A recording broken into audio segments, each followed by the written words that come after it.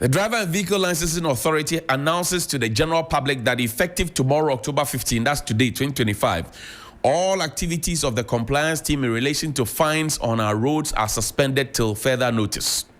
The compliance enforcement exercise, which was intensified and carried out on our roads to promote regulatory compliance, was aimed at ensuring that vehicles and drivers adhere to legal requirements to be on our roads. However, the authority, upon further consultation and feedback from the public, announces the suspension of this activity in order to allow for an extended engagement on the matter before reintroducing the compliance team on our roads. Although committed to ensuring safety on our roads, we equally appreciate the fact that the general public must be adequately educated to fully appreciate the responsibilities unapproved conducts on our roads can come with. The general public is specifically informed that this exercise is in relation to the fees and charges that were being enforced by the compliance team. This press release does not in any way suspend the legal requirements for drivers and vehicles to use our roads. Thank you, DVLA. DVLA, good morning to you, Mr. Nikwe Logas. You should have done this public education before you rolled out this compliance. That's the first one. Number two, those whose monies have been collected, would they be refunded? Number three, you are asking us to be good citizens, to have the legal requirements and everything to be on the roads. Have you seen the roads? Have you seen the potholes? Have you seen the absence of traffic lights? Have you seen the absence of street lights?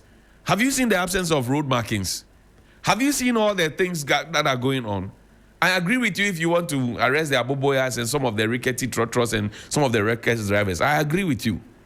Because some of them drive as if they are headless chickens. Some of the motor riders, oh man, too bad. They ride anyhow. Some of the trotros don't also have traffic indicators. They want to turn left and they stretch out their hand. Whether you are ready or not, they are moving out. They don't care, whatever happens. So if you want to arrest those people, fine. But there are also those who have done everything, ticked every box. And the roads are messing up their vehicles. How are you taking care of those people? It's a question that you must answer. Take me to fire service, please, quickly. We'll end with a court document. Show me the letter, please, from the Ghana National Fire Service. I want to read the letter that yesterday came. Quickly, Kuzo. I want to read the letter that came yesterday. And yesterday I read a letter from the Ghana National Fire Service for you, demanding that recruits and officer cadets and even those in service pay a certain amount. Now, this is the letter. It's dated the 9th of October to all regional fire officers. It says, due to funding challenges, recruits, cadets, and existing personnel who went for training were made to pay something to subsidize their feeding costs for the period of their training. The attached list of personnel are officer cadets and other ranks who still owe feeding fees. They owe feeding fees. It's not school feeding program, by the way. The list has been grouped into two categories. Appendix A contains the list of personnel who still owe but will be deducted from their accounts directly by their various banks. And B contains the list of personnel who to make cash payments for the amount owed. Payment can be made at the salaries office headquarters or directly paid into the service account below. Is stated there. Now, find me the prospectus. There are two prospectus, one for the officer cadet and one for the one for enlistment, one for recruitment, one for the other ranks. Now, yesterday I spent time perusing the prospectus of the Ghana National Fire Service. If you want to go and serve, this is for officer cadet. It talks about a pair of this white t-shirts. I mean, regular things that they would demand of the three or more. A pair of plain white socks, 3 or more. A pair of black socks. Put the document up there, please. Pair of plain white sneakers or kambu, 2. Metal bucket, size 32. It lists all these things. Find me the recruits one as well. It said nowhere in this document about feeding fee. It didn't say anything.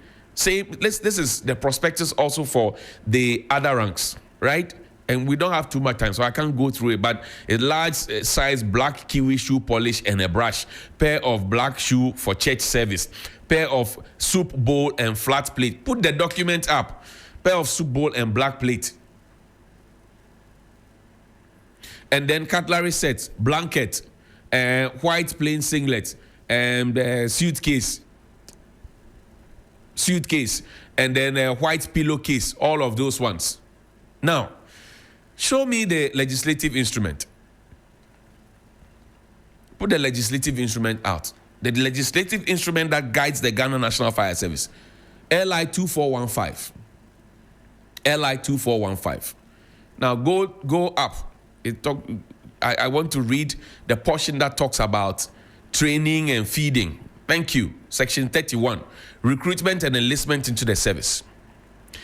It says a person is eligible for recruitment and enlistment into the service if that person A, is a citizen, B, possesses the requisite qualifications determined by the scheme of service, C, has been convicted of has not been convicted of an offense involving moral turpitude, honesty, or fraud, and D, has not been dismissed from any other employment.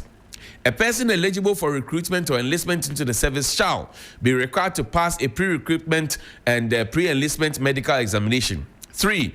A recruit or an enlisted personnel or person is entitled to the following without cost to that recruit or enlisted person during the period of training. Listen. 3.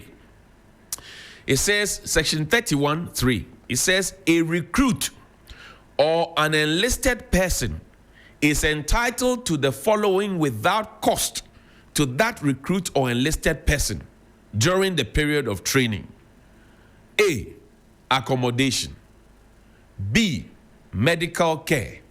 C, meals, that is food, feeding. Now, I want to ask the Ghana National Fire Service, which law is enabling them to be asking either recruits or officer cadets to be paying something small for feeding? Because I know that there has to be financial clearance before they begin the training.